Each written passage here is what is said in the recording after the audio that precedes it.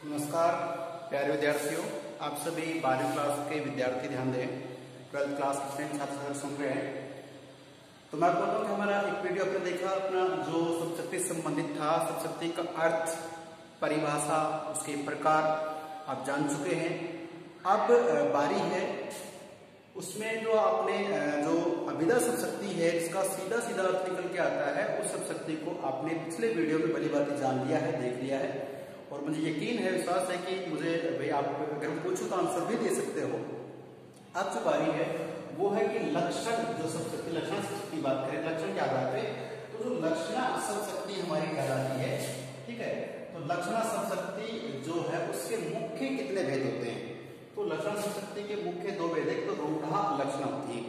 तो रूढ़ा से मैं कुछ पूछना चाह रहा हूं आपसे मैं कि जैसे रूढ़ा, तो ये कहां से बना? रूढ़ शब्द से बना है। और रूढ़ शब्द का मतलब क्या होता है? ये अपने 11th क्लास में भी अपनी डिस्कस हुआ था।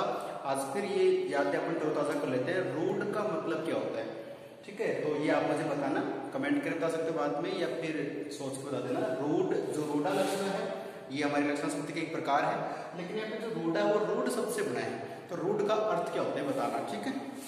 चलिए, और उसकी वीडियो के लास्ट तक मैं आपको खुद ही बता दूं, क्योंकि मैं नहीं चाहता कि आपको परेशानी उठानी पड़े। पर सारी परेशानी हम उठा रहे हैं, आपको याद करते चले, समझते चले। एक है हमारा दूसरा प्रयोजनवती लक्षणा। लक्षणा शब्दशक्ति के दो प्रकार है, एक है प्रयोजनवती लक्षणा, एक है रूढ़ा लक्षणा। रूढ़ा पहले आती है, ध्यान रखना है, रूढ़ा और प्रयोजनवती।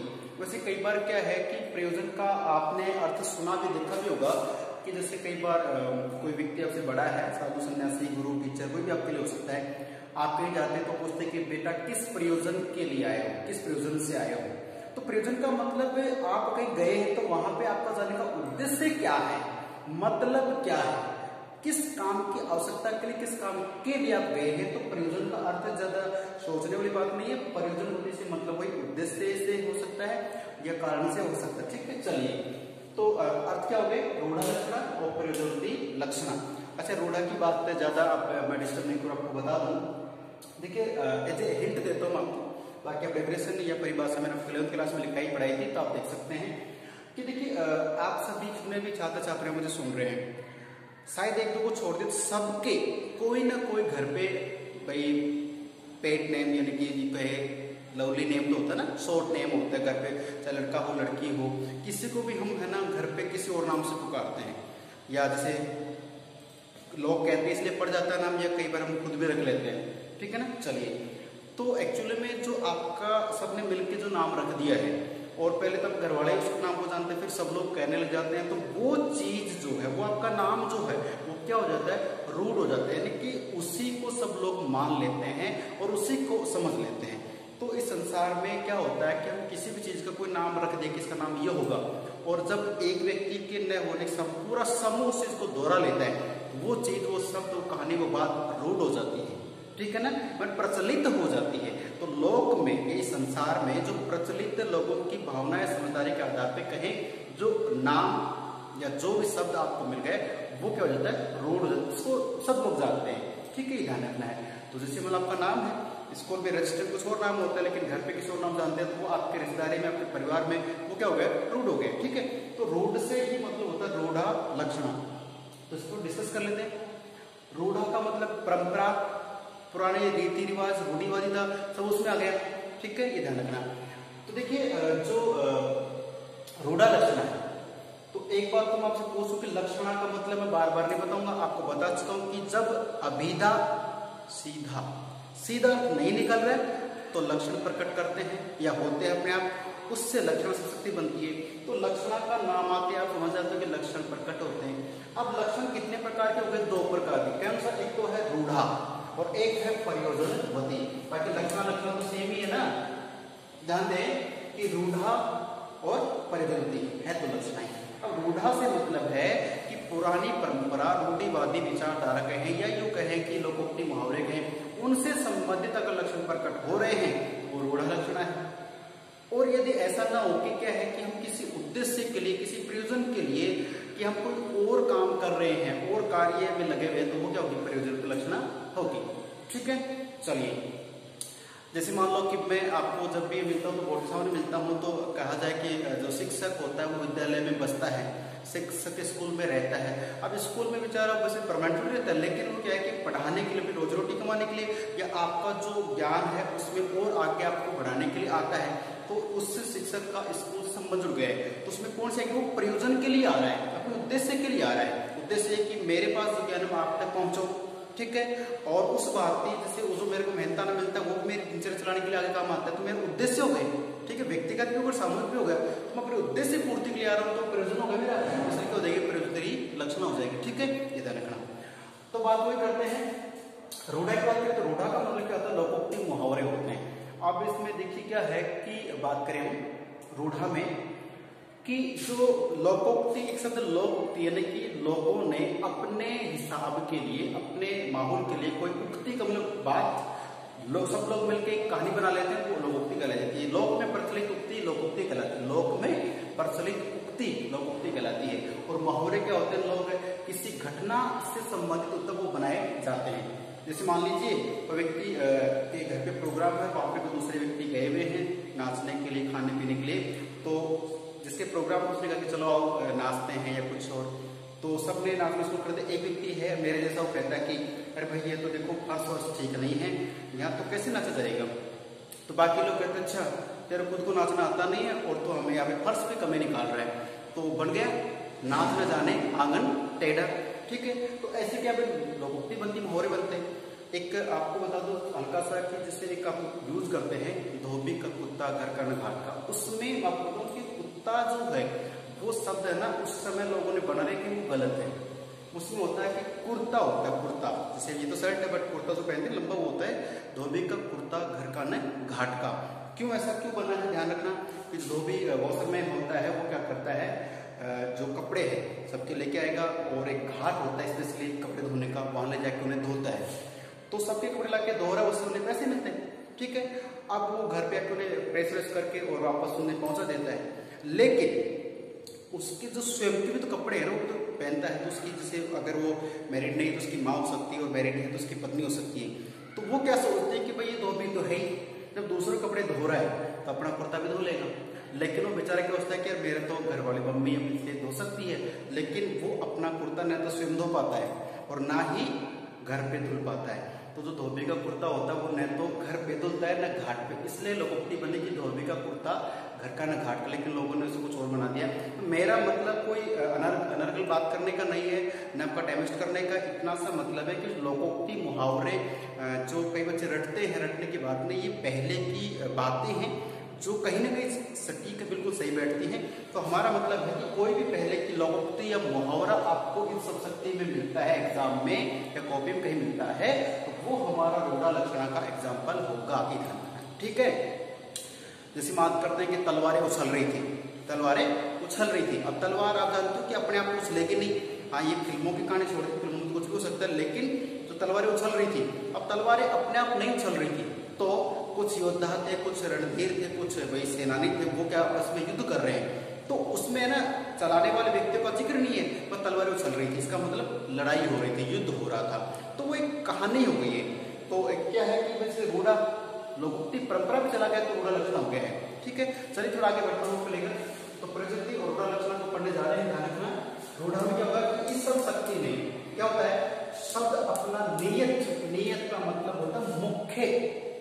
मेरा काम क्या है, यहाँ पे आकर के बढ़िया सा वीडियो बना के बच्चों को समझाने का, ये मेरे क्या है नियत कार्य, मुख्य कार्य है। लेकिन मैं इस कार्य को छोड़कर कुछ और कर रहा हूँ, जैसे भाई संगीत की क्लास लें, कुछ और लें, यानी जो टारगेट है उससे भटक के दूसरा करते, तो वो क्या होता है, रूढ़ी लक्षण बना है। मतलब ये जो सब शक्ति कौन सी रूढ़ा लक्षणा, ये क्या करते हैं, तो नियत अर्थ होता है, वास्तविक अर्थ होता है, उसको छोड़ के रूढ़ी या फिर परंपरा का प्रयोग के कारण भिन्न अर्थ देती है, अलग अर्थ देती है। इस लक्षण का बोध कराता है, वही क्या होता है हमारी लक्षण शक्ति में रूढ़ा लक्षण होती है। वापस पढ़ लीजिए, अपने वास्तविक या नियत अर्थ को छोड़कर भिन्न या अलग अर्थ प्रकट करती है, वो लक्षणा शक्ति जो है वो हमारी कौन सी होगी, रूढ़ा लक्षणा शक्ति होगी। कौन सी होगी, रूढ़ा लक्षणा सब शक्ति होगी, ठीक है। जैसे बात करें, बहुत से एग्जाम्पल मैं आपको दे चुका और फिर दे रहा हूं, ध्यान दें। इसमें क्या, अच्छा यहाँ से नोट ये हिंदी के सभी मुहावरे व लोकोक्तियां जो होती हैं ये देखिए थोड़ा सा डिफरेंट है, लोकोक्तियां ध्यान दें पे, लोकोक्ति लिख लेते हैं अपन। लोकोक्तियां, जितनी बड़ी लोकोक्तियां बनती हैं वो सब लोकोक्तियां और मुहावरे वो लक्षणा शब्द के अंतर्गत आते हैं। जितने भी मुहावरे हैं, जितने भी लोकोक्तियां वो सब किसमें आते हैं, वो अपने लक्षणा शब्द के रूढ़ा में आते हैं, रूढ़ा लक्षण शब्द में आते हैं। अब बात करें, देखिए एग्जाम्पल बात करें कि वह हवा से बातें कर रहा है। वह कोई भी एक्सवाइजेड आपका मित्र, कोई व्यक्ति हो सकता है कि वह हवा से बातें कर रहा है। ये अक्सर आपने सुना भी होगा, क्या तो हवा से बातें कर रहा है, हवा से बातें करने लगा। या तो बीमार पड़ा था लेकिन जैसे हॉस्पिटल से बाहर निकला हवा से बातें करने लगा। अब हवा से बात करना, ये हवा से बात करना मुहावरा है। क्या हवा से बात करना। अच्छा, लोकोक्ति मुहावरे का मैं छोटा सा आपको अंतर बता दूं, कई बच्चे कंफ्यूज हो जाते हैं किसे लोकोक्ति माने मुहावरा। देखिए जो मुहावरे होते हैं उसके अंत में लगभग ना निकलना, हवा से बातें करना, आकाश के तारे तोड़ना, छाती पर मूंग दलना, ठीक है, अंगूठा दिखाना, ठीक है। तो इस तरह से क्या होता है, फिर शॉर्ट हो जाते हैं, आंख का बाल या नाक का बाल इस तरह से बोलते हैं। तो कहने का मतलब लगभग में ना से जाता है। तो बात कर रहे हैं कि वह हवा से बातें कर रहा है, करने लगा। अब हवा से बात करना ये असंभव कार्य है, संभव है। वैसे तो अगर टेक्निकल देखें ना तो हवा से बात करते हैं आप और हम। जो जैसे मान लो ये वीडियो आप तक पहुंचेगा तो कोई तार तोड़ नहीं रखा, लेकिन कहीं ना कहीं तार झुक रहे ना, वो आगे माध्यम से ही है। सच्चाई तो खैर यही है कि हवा से बातें कर रहा है इंसान, ठीक है ना। चाहे वो फोन का यूज हो, नेटवर्क का यूज हो। बोलते हैं सर नेटवर्क नहीं आ रहा, सर आपकी आवाज नहीं आ रही, बेटा आपकी आवाज नहीं आ रही, क्यों? ये सब हवा का ही तो टेक्निकल है। खैर छोड़िए, हवा जो नेचुरल हवा होती है वो बहुत स्पीड चलती है और उससे मनुष्य अपना तारतम्य नहीं जोड़ पाता, उसके साथ उसके बराबर नहीं चल सकता, राइट। आप अपनी बाइक को कितना स्पीड से भगा लो, लेकिन जिस गति से स्पीड से हवा चलती है आप और हम उसका भाई अनुकरण नहीं कर सकते, उसके बराबर नहीं चल सकते, ठीक है। तो कहने का मतलब है कि हवा से बातें करने का मतलब है कि अद्भुत कार्य कर रहा है। जैसे हवा, यानी कि जब हवा बहुत तेज चल रही है उसके बराबर चल के बात करोगे, उसके आगे बराबर फेस टू फेस करोगे, इसका मतलब है कि आप बहुत शीघ्र कोई कार्य कर रहे हैं, बहुत शीघ्र आप जा रहे हैं। स्कूल में थे तब आप बिल्कुल ऐसे मायूस बैठे थे, पता नहीं बच्चा बीमार है क्या है, लेकिन जब छुट्टी होती है आप हवा से बातें करने में बहुत तेज दौड़ना, इसका मतलब हो गया बहुत तेज चलना, बहुत तेज दौड़ना, समझ रहे, या बहुत तेज प्रोग्रेस करना, बात ये है। तो हवा से बातें करना ये क्या है, ये सीधा नहीं आ रहा है, तो लक्षण प्रकट हो रही है, कोई इंसान है वो हवा से बातें कर रहा है, बहुत तेज चल रहा है। अब ये मुहावरा है, इसलिए क्या हो गया इसमें, हवा से बातें कर मुहावरा, तो इसलिए क्या हो गया, रूढ़ लक्षण हो गई, समझ रहे हैं आप। चलिए आगे, बाजार में लाठियां चल रही। आप स्कूल आए, स्कूल से छुट्टी हुई, आपने देखा कि जिस मार्केट से, जिस बाजार से आप जाते हैं, फिर आपका घर आता है, तो घर जाके अपनी मम्मी को, पापा को, भैया दोस्त किसी को बताया कि आज तो बाजार में लाठियां चल रही हैं। अब जो बुजुर्ग है समझदार समझ रहे हैं कि भाई लाठियां चल रही मतलब लड़ाई हो रही है, लाठियां चलना मतलब लड़ाई होना। लेकिन जो माँ बाप के छोटे बहन भाई हैं, समझदार हैं, लेकिन आप जितने नहीं है ना, तो वो क्या बोलेंगे, भैया लाठियां चल रही मतलब। एक शक पका जाता है कि लाठी अपने आप कैसे चलेगी, अपने आप तो नहीं चल सकती, किसी के द्वारा चलाई जाएगी। इसका मतलब जो व्यक्ति को लाठी लेकर के लड़ाई कर रहे हैं, तो लाठी चल लड़ाई होना। तो ये भी क्या हो गया, बाजार लाठी चल रही है, रूढ़ा लक्षण, क्योंकि ये लोकोक्ति मुहावरे के प्रयोग हो रहा है। एक और आपके क्लास में, विद्यार्थी जीवन में अनेक पर्वत पार करने पड़ते हैं। ये सच्चाई, इस बात को मानते हैं, क्योंकि विद्यार्थी का जीवन है, और आपने संस्कृत में पढ़ा सुना देखा श्लोक होता है कि विद्यार्थी जीवन में सुख नहीं होता है, ठीक है। और जो सुख प्राप्त करते कुछ विद्यार्थी, फिर उन्हें आगे वो विद्यार्थी नहीं बन पाते, आगे जाकर कहीं का कष्ट भोगना पड़ता है। विद्यार्थी देखिए शाम को सब लोग खाना वाना खा के आराम से हो जाते हैं, लेकिन एग्जाम टाइम होता है, टेस्ट टाइम होता है, तो विद्यार्थी क्या है कि रात के 10, 11, 12 बजे तक भी पढ़ते रहते हैं। सब लोग शादी पार्टी फुल एंजॉय करते हैं, विद्यार्थी के एग्जाम सिर पे हैं, तो बेचारा वहाँ खाना भी कम खाता है, एंजॉय भी कम करता है, और उस चीज में लगा रहता है। सर्दी गर्म बारिश से उसे स्कूल आना पड़ता है, कई बार न चाहते हुए स्कूल आना पड़ता है। तो ये तो खैर नॉर्मल, जिसके बावजूद भी आज कंपटीशन की बात करें, गवर्नमेंट सर्विस की बात करें, तो एक वैकेंसी होती है 1000 फॉर्म आता है उसके लिए अप्लाई करने के लिए। तो उसमें यानी एक वैकेंसी को प्राप्त करने के लिए दिन रात मेहनत करता है, कोचिंग लेता है, नोट्स बनाता है, आंखें ना पूरी सब इसी में लगा देता है पढ़ने में, ठीक है ना। तो कहने का मतलब विद्यार्थी जीवन भाई सरल नहीं है, बहुत कड़वा है, जानना। तो विद्यार्थी जीवन में अनेक पर्वत का मतलब है बाधाएं। ऐसा तो नहीं विद्यार्थी पहाड़ पर चढ़ते उतरते, पहाड़ पर चढ़ते उतरते, ऐसा नहीं है। क्या होता है कि पर्वत से मतलब क्या हो गया, पर्वत पार करना एक लोकोक्ति के लिए आपको कहा गया कि पर्वत पार करना बहुत कठिन परिश्रम करना होता है। तो विद्यार्थी जो जीवन है उसमें सफलता प्राप्त करने के लिए उसे क्या है कि हर दिन, हर महीने, हर रात क्या करना पड़ता है, संघर्ष करना पड़ता है। यहाँ पर भी क्या हो गई, गुण लक्षणा हो गई है। चलिए आगे चलते हैं, एक लास्ट फाइनल और इम्पोर्टेंट आपके लिए सेंटेंस है, एग्जाम में अवश्य आता है कि लाल पगड़ी आ रही है। अब लाल पगड़ी का मतलब ऐसा तो नहीं कि भाई अक्षय कुमार बन गए, लाल फेटा बांध लिया, लाल पगड़ी बांध ली और हम चल पड़ते हैं और आपको लोगों से ही नहीं, वो रूढ़ा में नहीं आ रहा है। आप घर पे कुछ पहन के घूमे कोई नहीं जानता, ठीक है, लेकिन लाल पगड़ी से किसी विशेष का याद आती है। कैसे? जैसे मान लीजिए अभी ये भी तो क्या हो गया, कोरोना, अभी मैंने लास्ट में बताया था कोरोना, ये क्या रूट हो गया, पहले शुरू से कुछ जानता तक नहीं था कि व्हाट इज दिस कोरोना है, लेकिन आज बच्चा जान रहा है कि कोरोना, नाम तो जानते हैं ना, ये रूट हो गया, प्रचलित हो गया। ऐसे ही कहा कि लाल पगड़ी आ रही है। अब लाल का मतलब रंग से है, पगड़ी मतलब एक जो रुमाल कहें, फेटा कहें, जो भी समझते हैं, ठीक है, तो पगड़ी आ रही है, वो चल के स्वयं को आ नहीं रही है, तो क्या आ रहा है, कोई ऐसा व्यक्ति विशेष है जो लाल पगड़ी को धारण करता है और फिर वो आगे चलता है, तब लोग कहते हैं लाल पगड़ी आ रही है। तो इसमें मतलब आपको बता दो कि जो अपने भारत देश में पंजाब राज्य है, पंजाब राज्य में जो पुलिस होती है, उस पंजाब पुलिस की जो वर्दी होती है, तो पूरी वर्दी तो अपने जैसे खाकी रंग की होती है, लेकिन जो पगड़ी होती है, उस पगड़ी में आपने देखा होगा, कई बच्चे मूवी देखते हैं तो मूवी आपने देखी होगी जो उसमें सनी देओल साहब की है ना, अपनी कौन सी है, पंजाब पुलिस में वो पगड़ी पहनते हैं कहीं आप, क्योंकि अब डायरेक्ट आप जाके देख नहीं सकते, तो टीवी के माध्यम से देखते हैं ना, तो आपने देखी उसमें वो किसको पकड़ते हैं, वो एक चोर को पकड़ते हैं, मैं नाम भूल गया हूँ उसका, ठीक है, जो बोले सो निकाल, सॉरी, उसमें देखा लाल पगड़ी एक लोगो होता है, उसमें रेड कलर की पट्टी यहाँ पे पगड़ी पर लगती है। तो कहने का मतलब है कि लाल पगड़ी से मतलब पंजाब पुलिस से मतलब है, ठीक है, तो लाल पगड़ी आ रही है मतलब पंजाब पुलिस चल के आ रही है।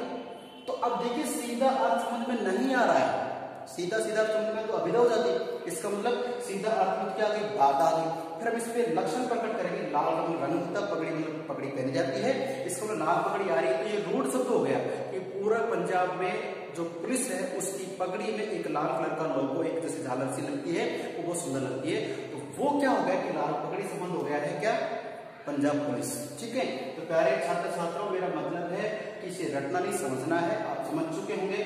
अब अपना प्रयोजन होती, यहाँ तो लोगों की मुहावरे के माध्यम से हमने काम कर लिया। अब प्रयोजन होती का मतलब है कि कोई, देखिए परिभाषा, कि जब किसी विशेष प्रयोजन से हमारा कोई विशेष कार्य, विशेष हमारा उद्देश्य है, विशेष प्रयोजन से प्रेरित होकर शब्द का प्रयोग लक्ष्यार्थ में किया जाता है, लक्षण के लिए किया जाता है, तो वहां पर जो लक्षणा होती है। अब देखिए इसमें दो एग्जाम्पल मैं आपको दे रहा हूँ, कैसे कि वह तो निरी गाय है, वह तो निरी गाय है, और गाय से मतलब हम स्त्रीलिंग से लेते हैं। अब देखिए मान लो किसी लड़की को, किसी महिला को देख करके कोई व्यक्ति जो उसका जानकार, वो कहते हैं अरे, किसी ने नाम लिया, मान लो किसी घर में चोरी हो गई है और किसी ने कहा कि अरे भाई मीरा ने चोरी की होगी, या शीला ने चोरी की होगी, या टीना ने चोरी की होगी, लेकिन एक व्यक्ति जो इन सबको जानता हो कहता है अरे किसका नाम ले रहे हो भाई, शीला, अरे वो तो निरी गाय है, ये वाक्य, वो तो निरी गाय है। निरी का मतलब होता है बिल्कुल ही, कह रहे वो तो बिल्कुल गाय है। अभी गाय, वो जो लड़की है शीला नाम की, वो गाय तो नहीं है ना, न चार पैर है, न रंग सफेद है, ऐसा नहीं है, लेकिन वो लड़की कैसी है, स्वभाव से कैसी है, वो गाय का। और आप जानते हैं कि अपने इस भारत देश में गाय के स्वभाव को बहुत सरल और विनम्र माना है, ठीक है। हालांकि ऐसा नहीं कि भाई सरल होती है, जब वो अपने वास्तविक रूप में आते हैं ना, तो सामने कोई भी हो, और आप जानते हो कि भाई पशु पर होती है, अलग होती है, लेकिन गाय से मतलब हमारा जो सीधा अर्थ क्या है कि गाय का स्वभाव बहुत सरल बताया गया है। तो यहाँ पे लक्षण प्रकट कर दे कि वह जो मैंने शीला, तो वह तो क्या है, गाय, मतलब बिल्कुल सरल स्वभाव वाले, उस पर आप आरोप न लगाइए। अब ये प्रयोजन का मतलब क्या है, विशेष प्रयोजन ये है कि वह मेरी गाय, मतलब कि वो स्वभाव से, विशेष गुण से, विशेष प्रेरित होकर, मतलब विशेष सबसे प्रेरित हो गई कि वो तो बिल्कुल गाय से स्वभाव, ऐसा काम नहीं कर सकती। आगे दूसरा देखिए, साधु गंगा में बसता है। अब साधु जो है, गंगा से मतलब गंगा नदी से है, तो साधु है वो गंगा में बसता है या गंगा में रहता है। अब सोचो कि अगर साधु है, साधु महात्मा जो भी है, वो गंगा में बसेगा यानी कि दिन रात रहेगा, या गंगा में रहता है यानी वहां रहता है, तो गंगा तो पानी है। अब उस पानी में अगर वो खड़ा रहेगा, कब तक रहेगा भाई, 2-4 दिन में तो फिर स्वाह हो जाएगी, चाहे कितना बड़ा सिद्धार्थ, मतलब कितना बड़ा सिद्धांति हो।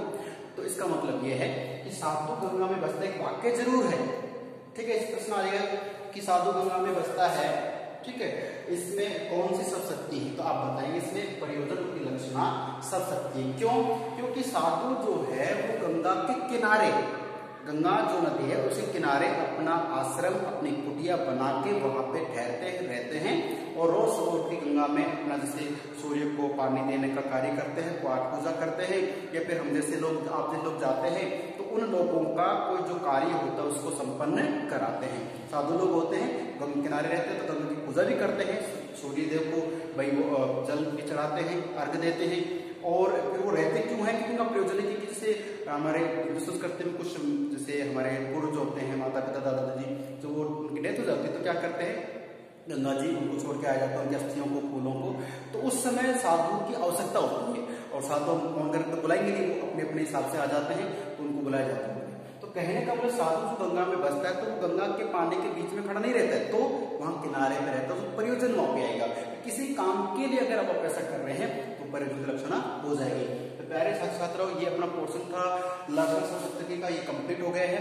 अब बात करते हैं व्यंजना की। तो व्यंजना का वीडियो थोड़ा बड़ा बनेगा, उसको देखना है कैसे है वो समझना, ठीक है। तो फिर मिलते हैं नेक्स्ट वीडियो में, तब तक के लिए नमस्कार, धन्यवाद।